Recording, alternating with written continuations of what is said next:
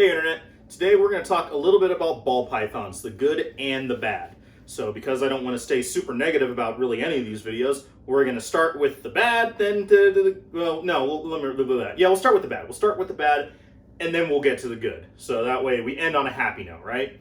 So with me today is Brandy. We've seen her before in a couple videos. She's just a normal ball python. I probably have more normal ball pythons than a lot of ball python breeders out there, but you know, I've kind of developed a little bit of a quite a bit of a fondness for just the natural phenotype or naturally occurring pattern of most snakes in general. Yeah, I still love morphs and stuff like that, and I still think it's really interesting, and I like the thought and the practice and all the theory of genetics, but I still just like normal wild type looking snakes, which includes ball pythons like Brandy here, who is a bit of a monster of a ball python, obviously.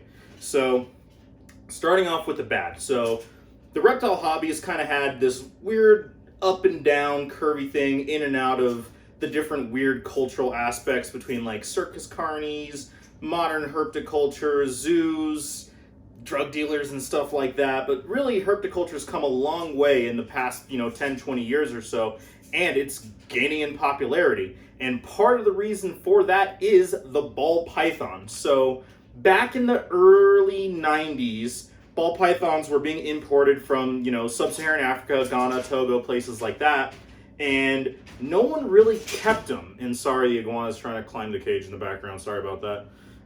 No one really kept them because, in all honesty, they were just a boring snake. And anybody out there who has ball pythons, you kind of have to see the point in that. They mostly just sit there. They are hard to feed, at least get going. They will go off of feed, even adults, for months and months at a time. They're not a good display snake, and this is before morphs, so it's just a drab brown snake that didn't have that much of a pattern, especially when compared to even then the wild reticulated pythons, Burmese pythons, rocks, and things like that. So it was just kind of this drab, boring to look at, hard to feed, deal with snake for a long time.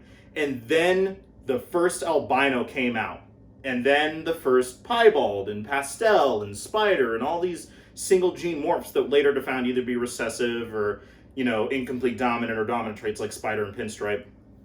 When there all of a sudden became this weird, and it wasn't just ball pythons. Also, there were morphs coming out for corn snakes and rat snakes and things like that. But ball pythons are really where it hit its stride for sure as far as popularity went, where it added this extra monetary value to these living animals that already had a decent value, but then prioritized the value of some over others based on what they look like. Which, outside looking in, that's actually a really horrible thing to say out loud. Ugh.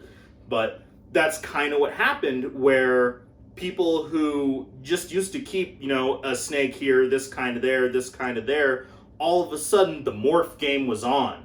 Where if you could buy, one albino ball python for $8,000, because now it's been produced in these hets and things like that, so you could get a het albino ball python, 2 hets for like $16,000, you can, more than triple your money in 3-4 years. And so that was what happened, is this weird monetary value got attached to that. Hi, Brandy, what's up?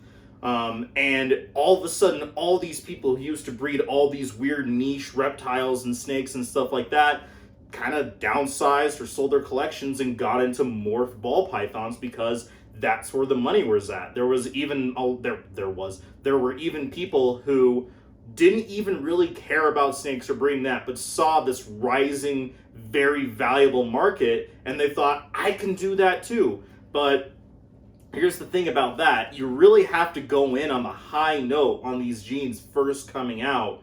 At least that's what happened then. You had to have the money to put in first to make anything back, because snakes are a long game. They're patience. Even ball pythons, they mature fairly quickly, 2.5, 3 years, which is kind of young for some snakes. When you think about like a Burmese or a retic or even an olive python, you're looking at 5-6 years. They're a boa constrictor too. But, they mature not super fast, so you don't get any sort of return profit for at least 4 or 5 years.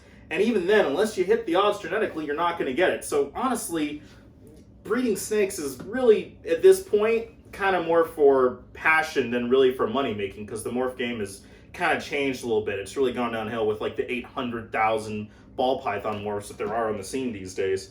The other bad, and this is the last bad thing I'm going to talk about with ball pythons, then we're going to get to the positive, I promise, is this kind of thing that happened in the hobby and with herpetoculture in the community, where there was this loss of diversity in people's collections and being held, at least here in the States. Probably overseas too, because their morphs took over there, and especially with like the bearded dragons and carpets and stuff like that. But boop.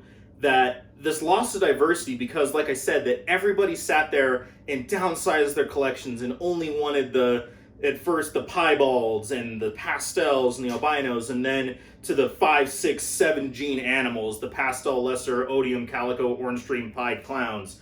Those like 8 billion genes in one single animal that you don't even really know what it looks like. It's just kind of modeled mess of a yellow-orange snake, which, don't get me wrong, still looks super pretty, but that's kind of what happened with a lot of collections across the entire country, was that everyone into this morph game, not just with them, it happened with corn snakes and boas and stuff like that, but really ball pythons, that now animals like Timor pythons and different types of agamas, which a bearded dragon is a type of agama for you guys, they're just gone now. They used to be, you know, a dime a dozen. If you went to a reptile show, you could see them you could pick up a dozen for $20. And now they're just gone. Maybe like if you go to Tinley, there's 2 Timor pythons. Like one guy has a few, and then you might be lucky if you see one otherwise. But that's just, you know, that's the name of the game. But so that was the negative. That's what, you know, ball pythons, that's the negative about ball pythons. So now we're going to get into the positive. So while pythons did, you know, take over everywhere, there was some good to that. And that was ball pythons essentially exploded the popularity of keeping reptiles with the general public. Before, it was really just kind of fringe outliers, and then a couple weird guys that, like, you know, the Tom Clarks and the Peter Calls, and then eventually, like, you know, the Brian Barcheks and Kevin McCurleys and things outside of just, like, you know, the Barkers who do VPI, or, you know, or the people who started like Reptile Industries. Outside of them, it was very fringe outlier people, and then all of a sudden, everyone started to get into reptiles. You know, bearded dragons and leopard geckos and things like too, but it was really the ball pythons, I feel like, really exploded the popularity of that. Number one, because, yeah, there's all the morphs and the pretty things like that, and I'll talk about that in a second too. But just, you know, it seemed like it was a very popular thing to do. They're a very low maintenance pet. It seemed to be okay. Yeah, that's really, really cool. The other thing about ball pythons, why, you know, I said before that they were kind of like this boring, they don't do much non-display reptile, which is kind of true. They don't. You've seen me sit here with the boas and the corn snakes that are just climbing all over my head, and we all know Shoshone just tears stuff up every time she's on screen.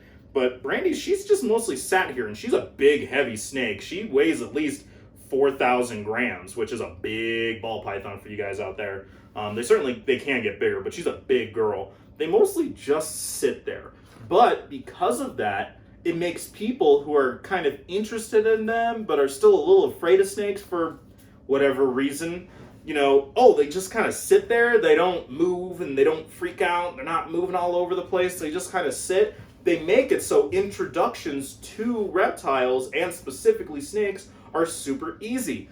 All the times I've sat there and introduced people to snakes, I always start with a ball python, usually a morph like a bell or a highway that doesn't even look real, like a real actual living animal, and then we eventually move into a normal ball python, and then into something like a corn snake or a boa constrictor, a smaller one. Something like that. So there is that behind there. So ball pythons, they made it very popular. They make it so that way it's a very easy to kind of intro, handle, get used to animal. And for a lot of people, so, you know, the people who aren't the reptile nerds like me, who like individual species and like that the Pituophis, the bulls, and the pine snakes are hissy, grumpy, and are into the green tree pythons, who are probably going to take a pop at you, but look really cool, and all their different behaviors and habitats and needs and requirements. That's all really cool for a lot of people, but for some people who just kind of like a hang out and chill pet, like a cat or a dog on a couch, A ball python is the perfect pet for that because they literally will just sit there and hang out on the couch with you for probably hours, to be completely honest with you.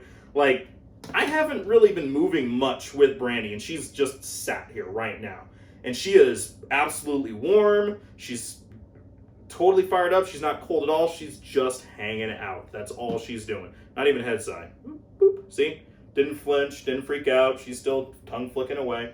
But so that's kind of the good and the bad about ball pythons. That's why I say it's the best and the worst thing to happen to the reptile industry. Yeah, it made the weird morph game, and you know, even here in Colorado, it's a ball python pit. Like, there's a couple people who breed interesting things, but for the most part, it's ball pythons, and it's kind of how it is everywhere. And we're starting to see a resurgence with like localities, and colubrids are definitely making a comeback in a lot of places. But you know, for what they are, in all honesty, they are a really good pet reptile, and a lot more houses, especially like the way the world is now, you know, people being kind of kept in and shut in. An animal like this that's super low maintenance, that doesn't need to be interacted with all the time, but when you do, just kind of hangs out and chills. You can sit there and ooh and on, put all the personification you want onto on the animals. They're really good pets for this time of day. And I think right now the reptile industry is the only pet industry that's actually making marketable increases across the country right now. So we're on the move, you guys. We're getting there. We'll get them into every house by 2025. Anyway, hope you enjoy. I had to do that. Sorry, I just had to do it. Hopefully you enjoyed this video. What do you guys think about ball pythons? Do you think they're really good pets? You know, if there's any snakeherds out there, do you think that they're, you know, flooding the market and they've ruined the hobby and only new people want ball pythons, or we've all heard the stuff like that? What do you think about ball pythons? Like, you guys know I'm super into a lot of other reptiles, but I still have a lot of ball pythons too, so, yeah. But hopefully you enjoyed this. Please like and subscribe if you can. Let me know if you have any questions. jzreptiles@gmail.com. Check us out, Instagram, Facebook. Maybe hit up our Patreon if you're feeling lucky or something like that. Hope you're having a great day, and we'll check you next time.